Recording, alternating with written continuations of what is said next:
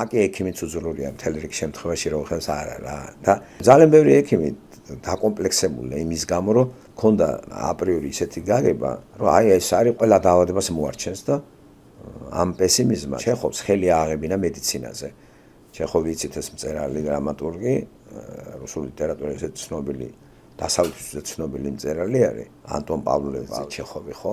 იმას სამედიცინო განათლება მიიღო და წავიდა თელი ენთუზიაზმით და პირველ ეტაპზე რუსოფლებში, მაგრამ აპდებოდა ხალხი ხელში არ წამალი აქვს, არაფერი არ აქვს და ძალიან სევდა მოიცვა რა.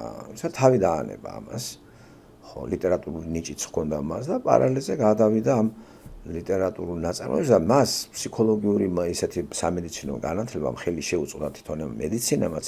მის მოთხრობები ნოველებში კარგად არის ეს ადამიანის ფსიქიკა აღწერილი და ძალიან აღალ დონეზე გადმოცემს და ერთ-ერთი საინტერესო ნოველისტია არის რუსულ ლიტერატურაში რო იცოდეთ. ქართულის თარგმანში ისე არ შეიმჩნევა ის ირონია და ის სევდა. ბევრ ნოველებში ძალიან დიდი სევდა ჩეხოვთან ხო. აი ბიგენტი ვერესაევის ექიმის ჩანაწერები, ისეც მედიკოსი და ისეც ძალიან პირობები არ არის რა, კი ვარ ექიმი, მაგრამ არა მაკვდება ერთი, მაკვდება მეორე და რაღაცა ცუდათა ვარ.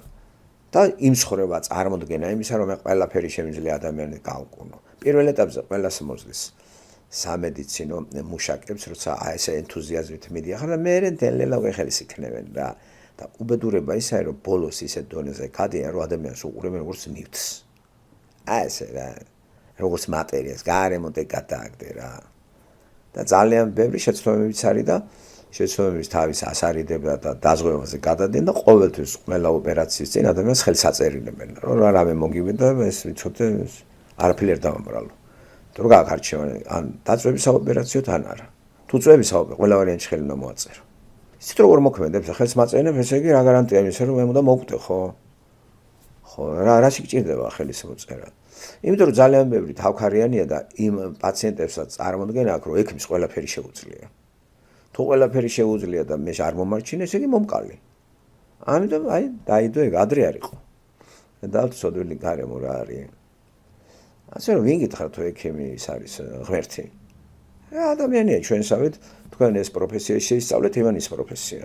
თქვენ ხართ მეცნიერი, რომელიღაცა ბიოლოგიაში, დარგში ან თქვათ რომელიღაცა თქვათ ტექნიკაში, ფიზიკაში, მათემატიკაში ასე შემდეგ.